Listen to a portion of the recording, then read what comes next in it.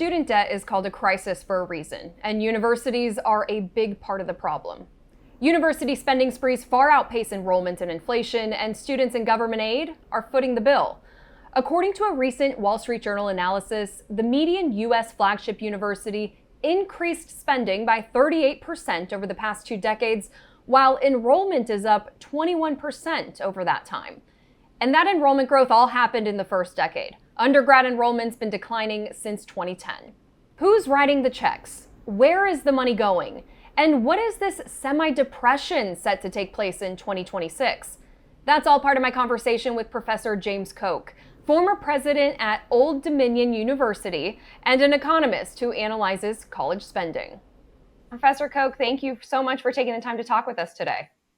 Thanks for having me. Your own research showed that public university trustees approved 98% of the cost increasing proposals that were put in front of them. You said most of the time it was unanimous. What does that tell us about the culture of spending at our universities?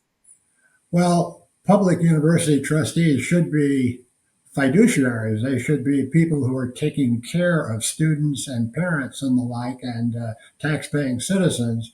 But they tend not to do that very effectively. They tend to buy into institutional narratives that say, we want to be this, we want to be that, and they get taken in by that and end up voting for things that probably they shouldn't. What are some of the red flags that you see when you look at how universities are spending their money? If you look at just good economics of it, you're saying, well, this doesn't make sense because this is happening. Well, I have data going back to 2004, and since then, the typical public university has spent 1 to 2% more annually per year on an average student than the rate of price inflation. So they're spending more than the CPI, and this has gone on year after year after year. So that's a dangerous signal. If you look behind that, you see they're spending money on new buildings, on granite tabletop in dormitories, especially on intercollegiate athletics. But there are a variety of other things. I mean, exercise facilities, lots of additional administrators. In fact, I would pick that out as a particular problem.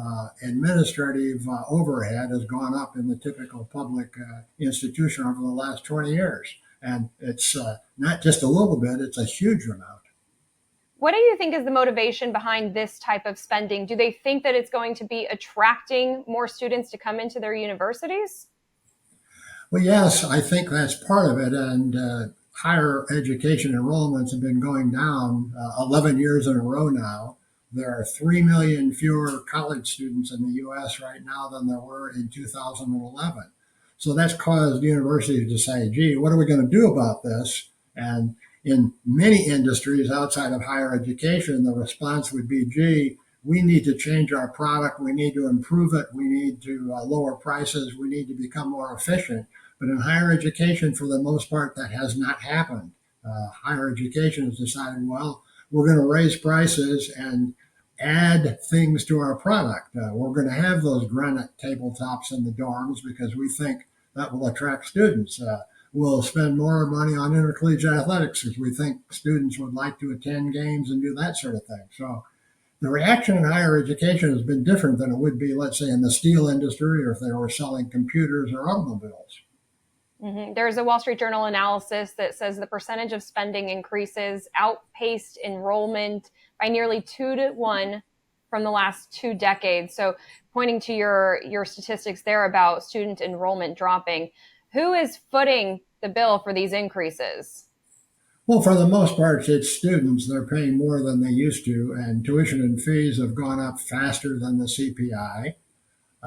Also, the federal government is paying for a good portion of this through federal student loans. There is a persuasive economic argument to be made that the federal government is actually enabling the inflation that we've seen in higher education by providing so much in the way of student loans. Now, I think student loans are necessary, and I'm entirely in favor of need-based financial aid.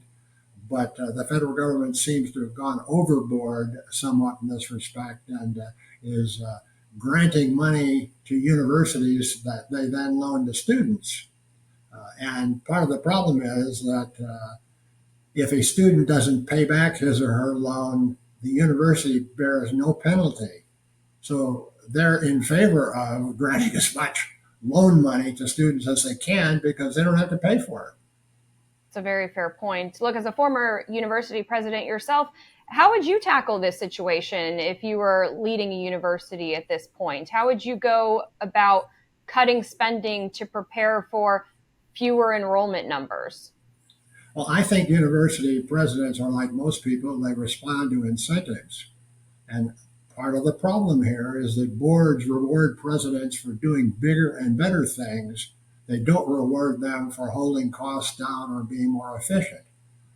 And what we need then is for governing boards to start rewarding presidents who are really making their institution more efficient and controlling prices and controlling costs. But instead, what happens is they get rewarded for more research money and building more buildings and having a bigger athletic enterprise. And mine is not to say that some of those things aren't good, but we've simply overdone those kinds of things in higher education. And who's making up these boards? And what sort of fiduciary responsibility do they have? Or do they not really have that? It sounds like they're just writing checks. Well, for the most part, in most states, the governor nominates the people who fill boards, and then those individuals have to be approved by the Senate or the House or maybe both houses of the legislature. So it really starts in the governor's office. You have to appoint people to boards who recognize that they should be fiduciaries and not fans and advocates necessarily of the institution. But the nature of the political beast is who's going to get appointed to a board? Well, it's the individuals who gave the largest contributions to the governor as a major qualification. And these are individuals who want to be on a specific board. To be on, let's say, the board of, let's say, the University of Virginia, that ordinarily requires a financial contribution of some significance. And as a consequence, when these people get on the board, it's ordinarily because they are fans and proponents of the institution and not because they've been told by the governor, gee, you need to pay attention to costs, you need to worry about administrative overhead. Those kinds of things fall into the background. So part of the problem, in addition to what I just mentioned, is we need states to orient and train board members when they join boards so that they understand what the nature of the beast is and how these costs have increased over time. But in many states, that simply doesn't happen. Where would you like to see cuts in university spending? Is it in the extracurriculars, in the buildings, in research, in programs for students? Where's the most logical place to implement these cuts? Well, nearly all of those qualify, but I would pick out in particular administrative costs. We have too many associate deans and directors and the like. That kind of spending has proliferated. Intercollegiate athletics is another area. In Virginia, for example, at James Madison University, students pay an annual athletic fee that is mandatory of more than $2,300 a year. That's an astonishingly large amount for a student to pay for the privilege of attending intercollegiate athletic events. One is hard put to say that that really makes their degree more worthwhile and that makes them more competitive after they leave the institution. So administrative overhead and athletics are two major areas. But in general, I think we have to look at expenditures and say, is this benefiting students? Is it making them more competitive? Are they learning more? And that kind of approach to governance isn't very common today in public higher education. Is there an issue on the horizon for colleges too? Because of the student debt crisis, I do think the idea of the college dream and investing so much money into it is kind of lost its luster in recent years. Do you think fewer and fewer people are going to be enrolling in these expensive four-year universities down the road? Oh, absolutely. I think higher education is in for a semi depression, if not a recession, in terms of enrollment. In 2026 begins what many people are terming the enrollment cliff. The absolute number of high school graduates nationally is going to decline, and it will decline for 10 or 15 years. We already know because these people are born, and as a consequence, there aren't going to be as many conventionally aged students who are available to go to college. So when I said earlier that college enrollments had fallen 11 years in a row, that might stretch out to 20 years in a row or 25 years in a row. Higher education is headed for some really pretty bad times, and they need to adjust now in order to survive. I think many small private institutions are simply going to go out of business, and we are likely to see mergers among public institutions that have simply gotten too small and too expensive to operate. We'll see if they heed your warnings. Professor Koch, former president at Old Dominion University, thank you so much for your time today. Thank you. Thanks for watching.